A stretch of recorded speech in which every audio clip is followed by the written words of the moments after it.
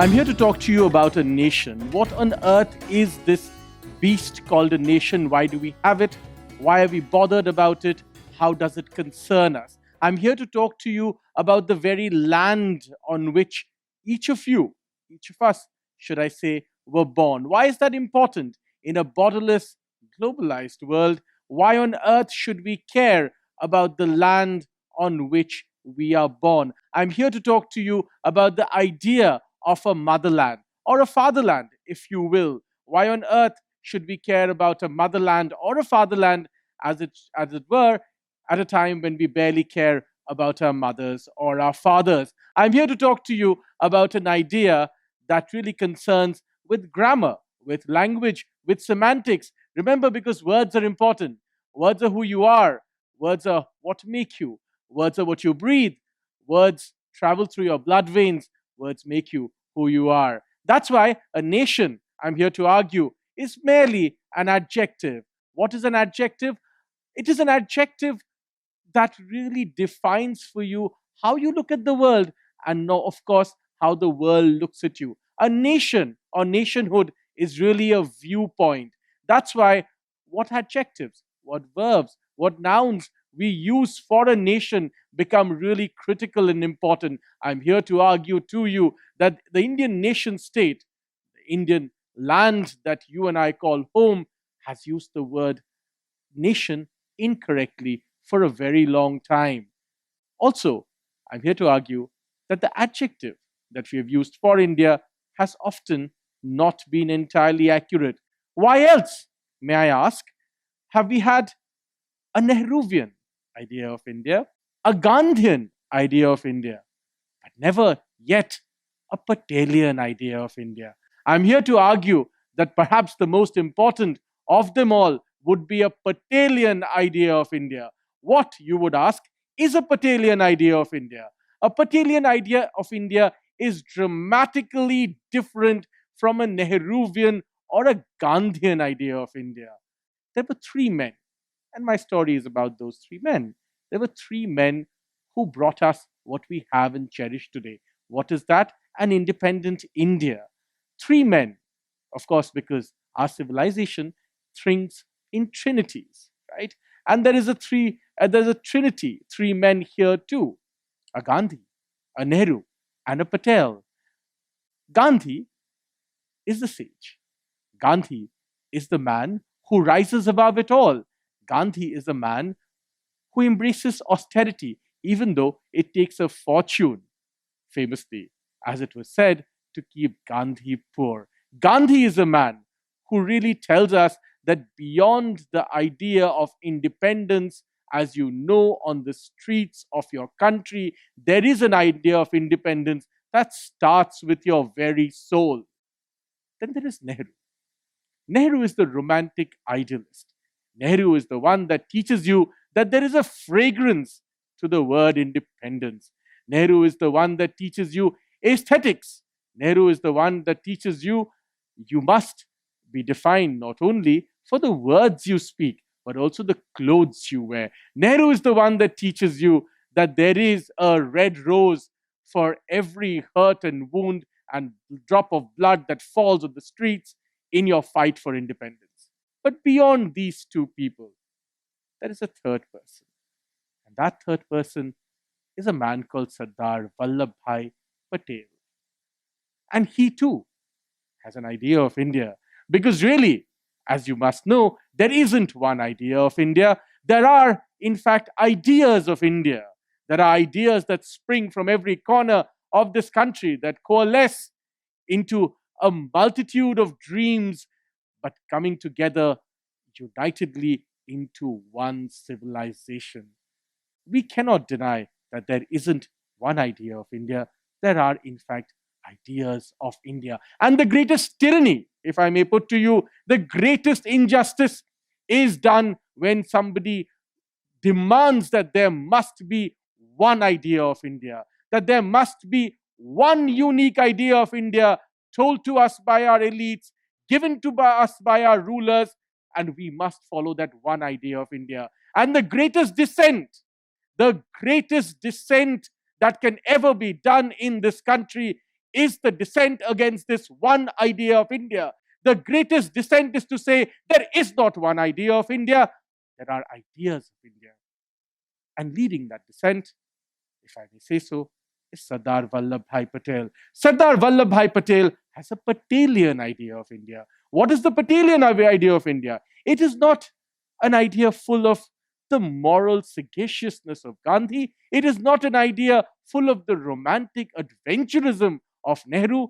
The Patelian idea of India is an idea that springs from the very earth upon which the man called Vallabhbhai Patel stands. After all, he was a man who was the son of a farmer. I like to say that Panditji Jawaharlal Nehru wrote beautifully a book called The Discovery of India. There is one difference though. As beautifully as Panditji wrote a book called The Discovery of India, and as beautiful was Panditji's journey into discovering India, there was a difference with Sardar Vallabhbhai Patel. Because remember, Vallabhbhai Patel did not have to discover India. He came from India. There was no discovery required. He came from its very earth. He had seen the earth being plowed. He had seen what it takes to break the earth and bring forth its bountiful fruit. Sardar Patel therefore had a Patelian idea of India. The Patelian idea of India is the pragmatic idea of India. The Patelian idea of India is the idea of India that sees India for what it is and not for what it could be, not for what it ought to be, not for what it is dreamt, not for what it is imagined. The Patelian idea of India actually faces with great courage and determination the idea that happens in the streets, in the gullies, in the mohallas, in every embankment and every railroad in India. The Patelian idea of India faces India straight, its eyes facing the country directly, one on one, and takes the country warts and all. The Patelian idea of India is unafraid of India as it exists today. The Patelian idea of India does not wait for tomorrow. The Patelian idea of India is not concerned about yesterday. The Patelian idea of India, as our great scriptures have always taught us, is concerned only about one thing: the present moment. The Patelian idea of India is here. The Patelian idea of India is now. The Patelian idea of India actually is fighting the battle here now. The Patelian idea of India, which is, I believe, the most important idea of India, actually sees India for all its problems and looks for solutions. The Patelian idea of India is not looking for romantic solutions. Therefore, when the Patelian idea of India is confronted with bigots, it fights back. When the Patelian idea of India is confronted with terrorists, it shoots back. When the Patelian idea of India is bullied, it stands up. When the Patelian idea of India is told lies, it calls them out. When the Patelian idea of India is told that there is only one idea of India, the Patelian idea of India talks back and says, no, there isn't in fact one idea of India. There are many ideas of India. It is the Patelian idea of India that warned India about all the troubles that finally came. It is the Patelian idea of India which said that there would be trouble from China, and lo behold, there was. It was the Patelian idea of India that warned Panditji Jawaharlal Nehru, that is, that while he was correct, Panditji was correct, in really worrying about fascist imperialism, there was one imperialism he was not being able to see. It was the Patelian idea of India. In fact, a letter from Sardar Vallabhbhai Patel only weeks before he died in 1950, at the end of that year, which warned Panditji that while he was worrying about fascist imperialism, communist imperialism was equally bad. It was the Patelian idea of India which told Pandit Nehru that actually we should learn a lesson from what has happened in Tibet. We should learn a lesson from what China has done in Tibet. We should learn a lesson that, as he said in his letter, our ambassador in China at that time seems to be speaking like China's ambassador to India. What sort of a strange thing is that? And why is that happening? It was the Patelian idea of India that warned Panditji that this was not a good sign, that this would come to no good, that this was a red flag. It is, sadly for India, the Patelian idea of India which was ignored. And therefore, India has paid its consequences for not listening to the Patelian idea of India. It is the Patelian idea of India which said to both Gandhiji and Panditji and many other leaders at that time when India was getting independent, that India and Pakistan were dividing all its resources one by one. There were 55 crore rupees that India had to give from a share of bounty between the two countries to Pakistan. It was the Patelian idea of India which argued that already there have been attacks from Pakistan in Kashmir. Surely this would be the right time to sit down and come to a conclusion, to argue with the Pakistani side that, look, we want to bring a solution in Kashmir. Let's settle the border once and for all, and here is the money. It's ready for you. Please take it. After all, it's your money. But let's conclude everything. Let's not just conclude the financial transactions and leave aside all our other protracted troubles. Let's conclude everything in one go, in one summit. Once again, it is the Patelian idea which was ignored.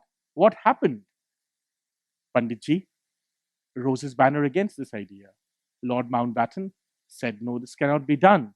And finally, Gandhiji went on a fast and said, no, unilaterally, this money has to be given to Pakistan. And the Patelian idea kept on saying from the sidelines, this is a wrong idea.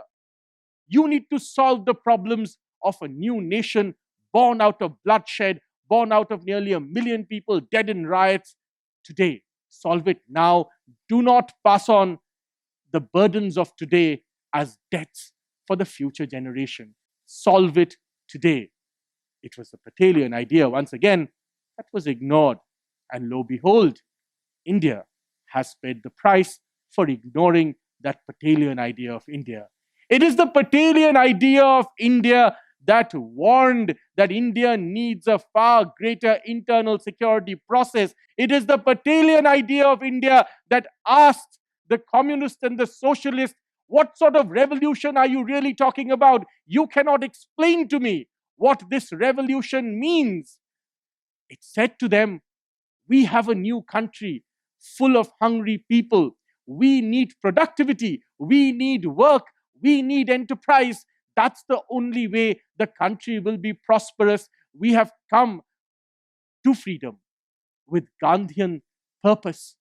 And we cannot go down the path of another revolution that you cannot even explain.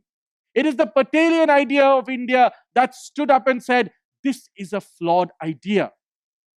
What we need is an India where everybody has an opportunity to earn, to make a living, to really create a new life for themselves without the yoke of colonialism. It is the Patelian idea of India that echoes today from every news studio. It is the Patelian idea of India that continues to ask in every headline, why have I been ignored for such a long time? And it is, even today, to the peril of India if we ignore the Patelian idea of India. Thank you very much.